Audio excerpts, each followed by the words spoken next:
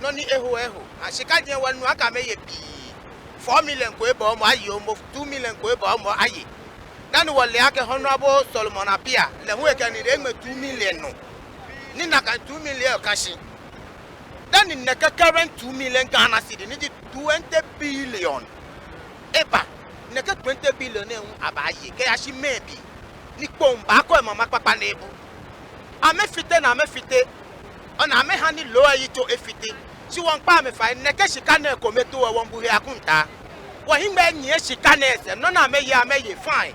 wo himba nyi shika na ese amaka fi amedwon ma ke amebaye ne ke shika na ka 1 cedi choy kwa babu ya akunta what do yi akeshi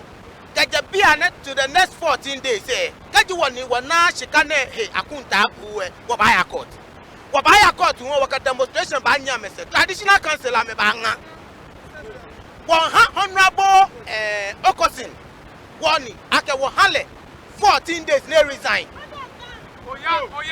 wo ba pass referendum wo he yo jele yo he ni jele pe itaje me we nya take decision he ikai one time ne bank you there ale bank man bia aka ke me ika me na discussion no e use ole he wale ke ba wiele le na kan time eho na kan time ni na kan time eho. Now another one is going to honorable Josiah lehu PM wana ko ese na mo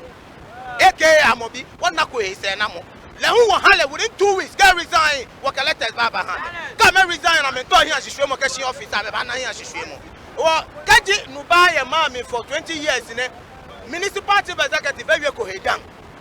wo don che wan mala letters recently anu eba flow shikomi Okpokli he won inu e flow because what the Ghana water be our assurance ninu eba flow fuel and they say cut because mo go force you don abene wo be palace ye ma na emi wo be road ye ma na emi e wo won to aka na keshika na eva wo le aka 2 million Ghana cedi e ba fe ni bibi enye chanu pekeba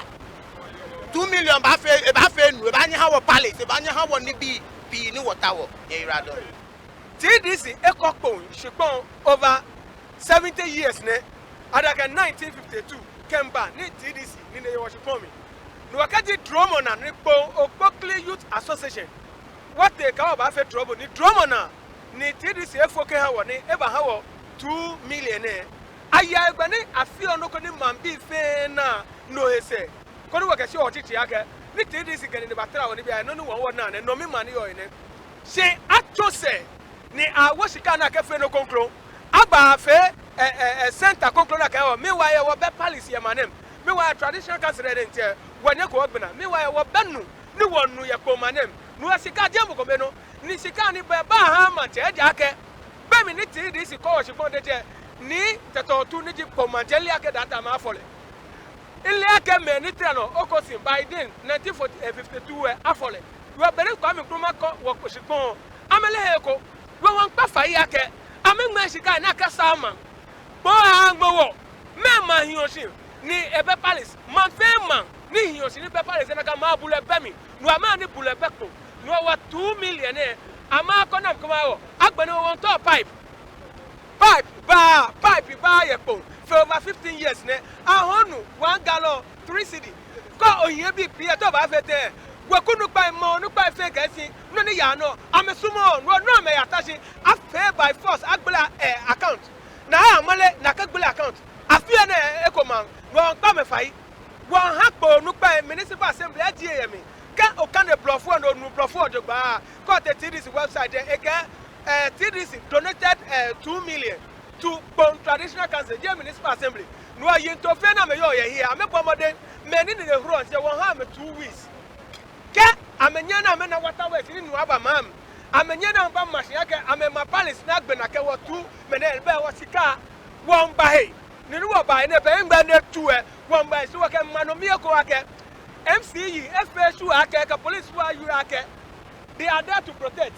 no akaji amemomoko Okpokli yokomi e wo ba me wo ba mo me enyo you come for one we come for all